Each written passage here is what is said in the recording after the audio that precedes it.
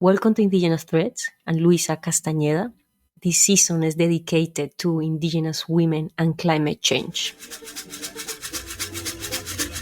Today's episode is focused on the Arctic region, and we have a very esteemed guest, Aluki Kotierk, who is an Inuk woman from Nunavut. And Aluki is the president of the Nunavut Tunngavik Inc, and she's member of the UN Permanent Forum on Indigenous Issues. Welcome, Aluki. Thank you so much for accepting the invitation. Thank you so much for having me. Aluki, we're going to talk about the Inuit people, and I would like to start the dialogue by asking you about your people, where hmm they are located, livelihoods, and perhaps you can share with us some stories of origin of your people. Yes. So, Inuit are an international people. We transcend borders, and we have Inuit in Alaska. We have Inuit across the Arctic of Canada, as well as Greenland, and some Inuit in the northern part of Russia. So we're represented internationally through the Inuit Circumpolar Council. And when we talk about Inuit homelands, we talk about Inuit Nunat across the circumpolar region.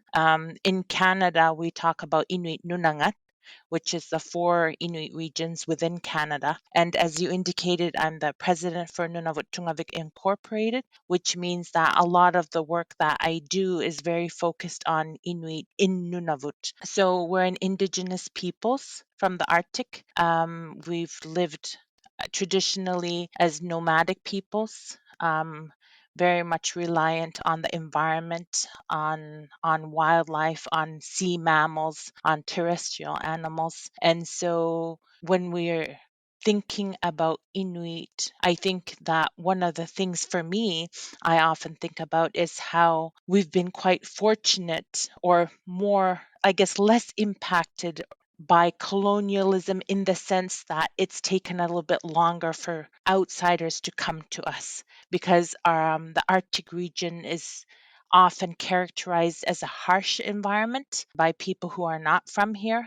And so I think that has played a protective factor over some time, although in a very short period of time, our lifestyle has changed drastically from people who lived on the land, now in smaller family units. Now we're all living in communities, so that has had an impact on our lifestyle.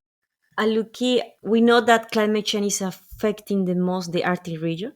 Temperatures are increasing and it is warming about 3 times the global rate. And I would like to ask you, Aluki, how climate change impacts the Arctic region, and particularly the Inuit people, your people. And perhaps you can tell us more how has impacted the livelihoods. Maybe you can share us more about the livelihoods of the Inuit people in Nunavut. Mhm. So, Inuit, as I indicated, have always lived on the land, reliant on what the land provides. And so, as a peoples, we've relied on the predictability of our climate, of our weather systems. And I think with climate change, one of the things that has happened is that seasons are changing more drastically and are becoming more unpredictable, which, in terms of, for instance, the thickness of the ice, or when ice breakup occurs on our lands. And really interestingly,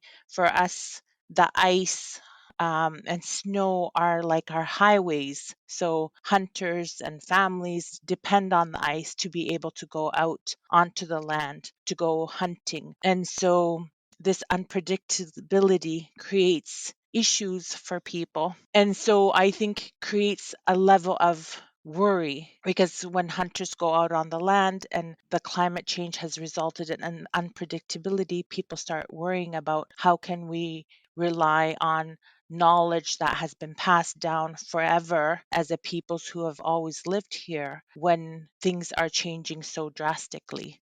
You have mentioned the impacts of the climate change, and also I would like to ask you if climate change has impacted directly indigenous women, the Inuit women.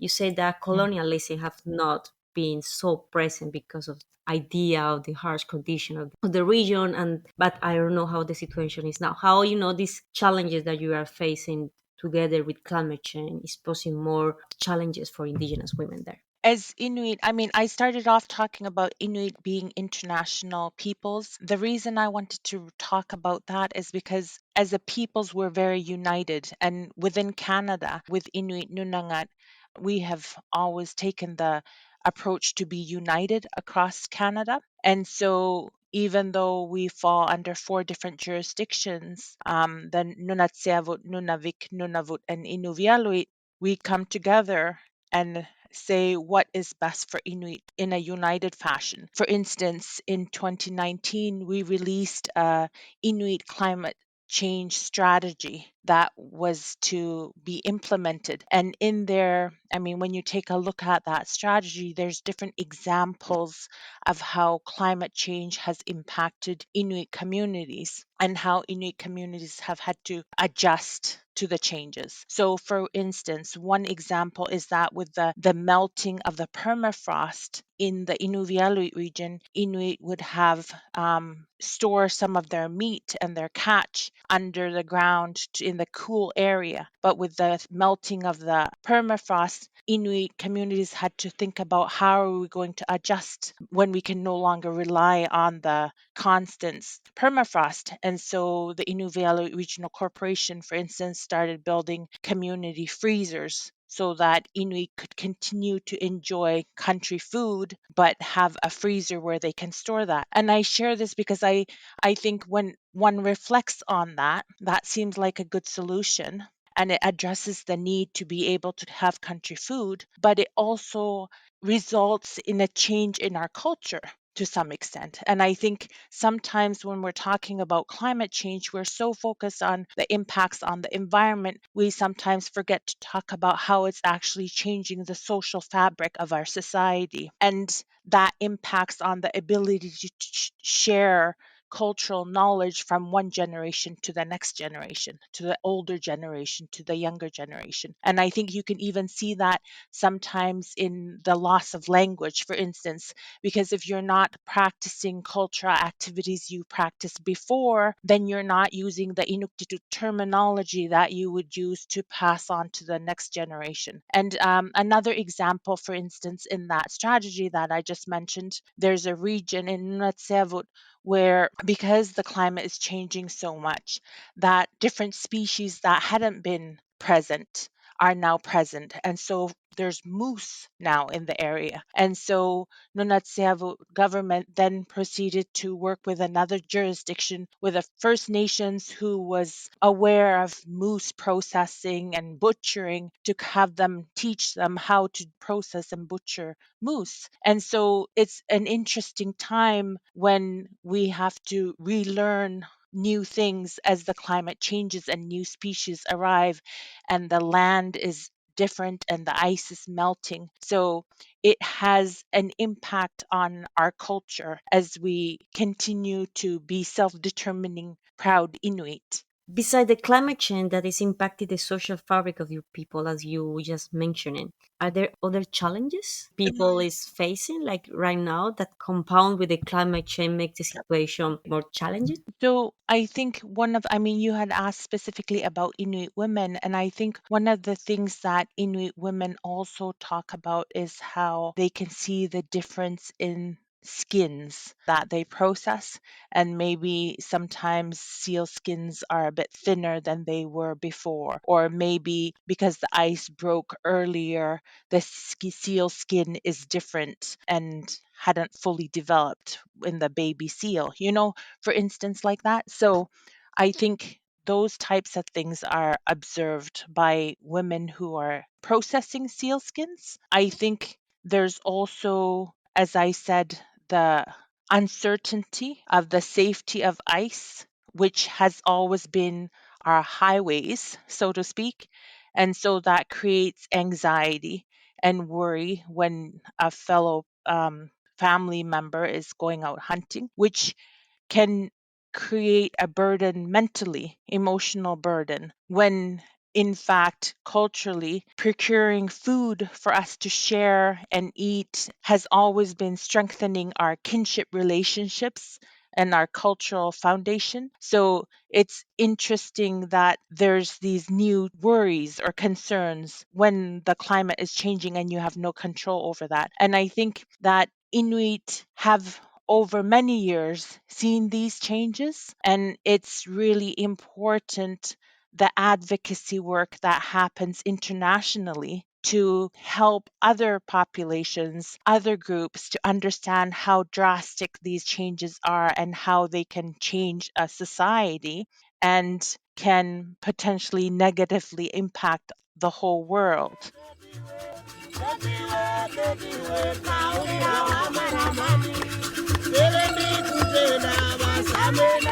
Last year, the special rapporteur of safe drinking water presented a report on the access to safe drinking water and sanitation for indigenous peoples.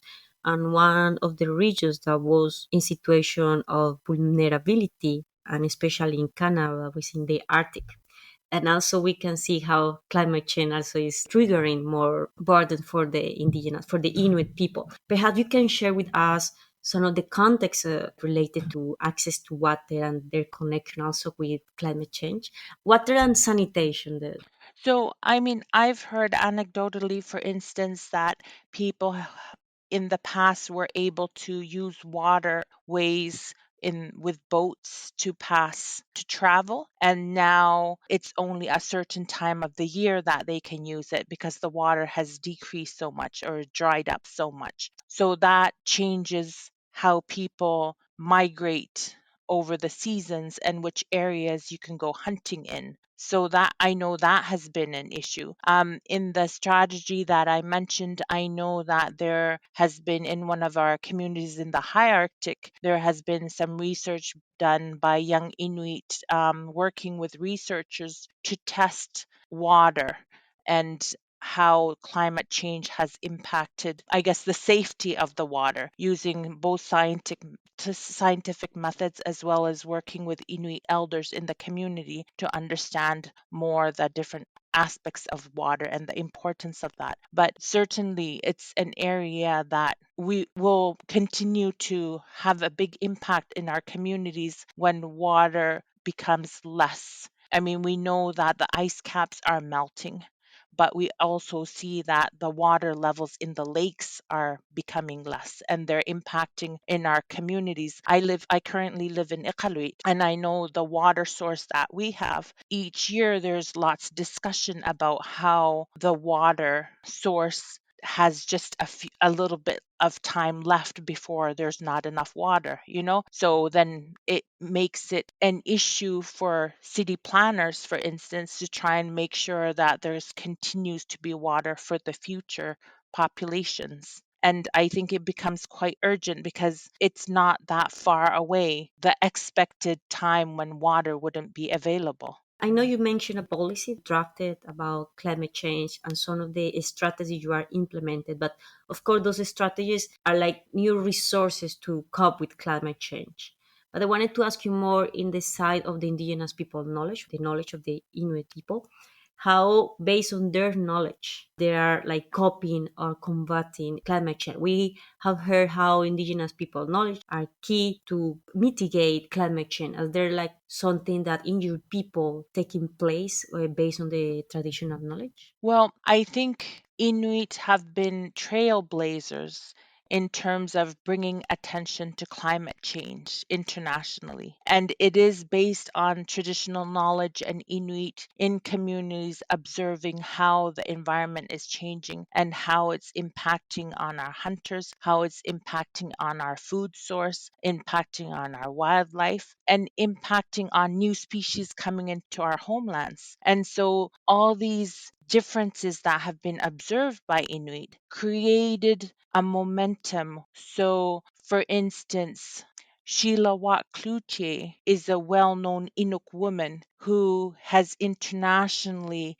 advocated on behalf of all of us to bring attention to how climate change is impacting us as Inuit in our communities and how it's not only an environmental issue, it is a human issue because it's impacting on us and our society and our culture.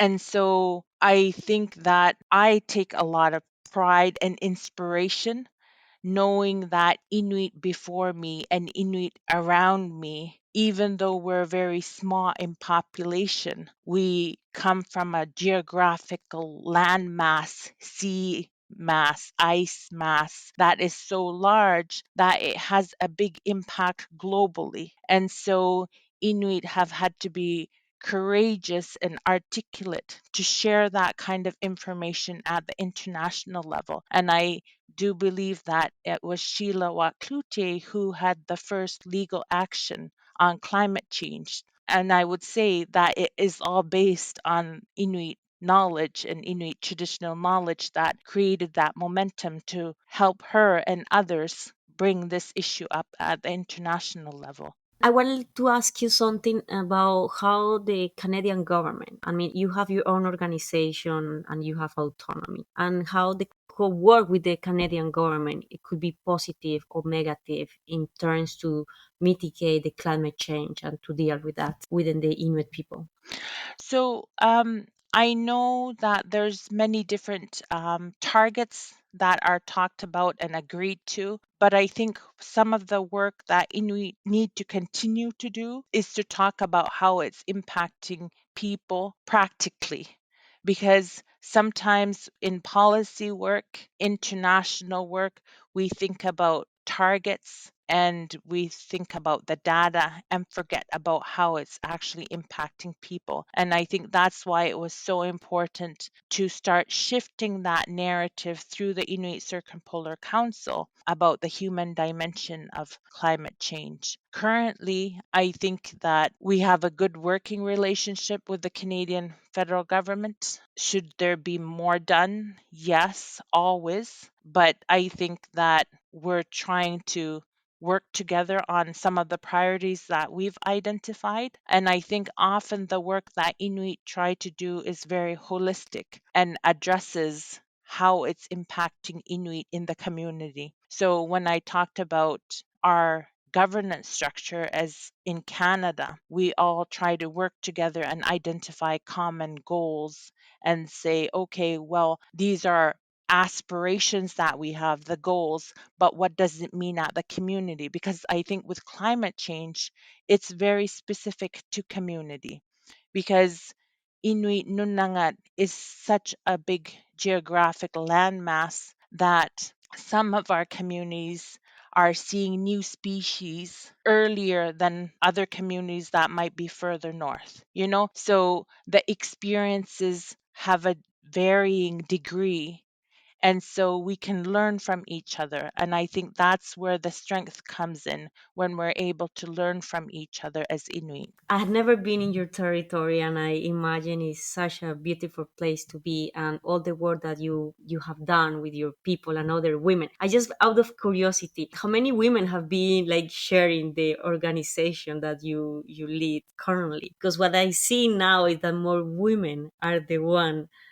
heading this organization at global levels, at national, at regional levels. I think when you look at Indigenous peoples across Canada and you look at leadership, often many of the Inuit organizations nationally have been led by Inuit women. And so it's a treat for me as a Inuk woman to grow up knowing that I too, as a woman, can pursue these areas of work. Because I think when I was a summer student working for ITC, which is ITK now, the president was Rosemary Kuptana. Since then, there's been Mary Simon, who is now the Governor General of Canada. You know, there's Sheila Waklute, who I've already mentioned. And so we have many Inuit women who have led very impactful leadership roles that we can look up. And I will say that given that we're a small population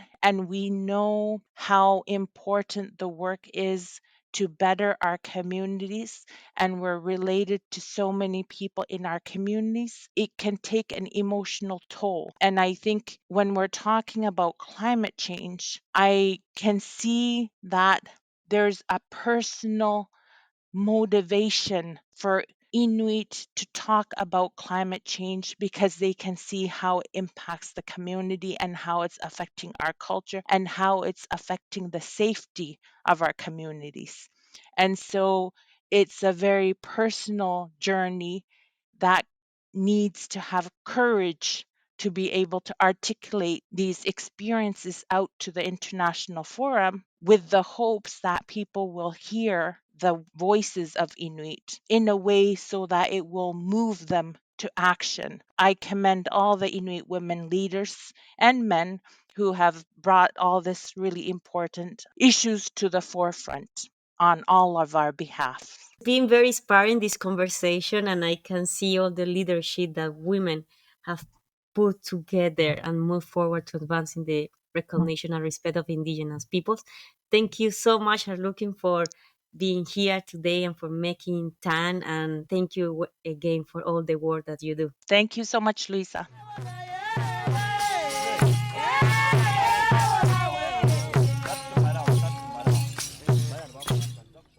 This has been Indigenous Threads, a podcast series promoted by McGill University's Center for Human Rights and Legal Pluralism.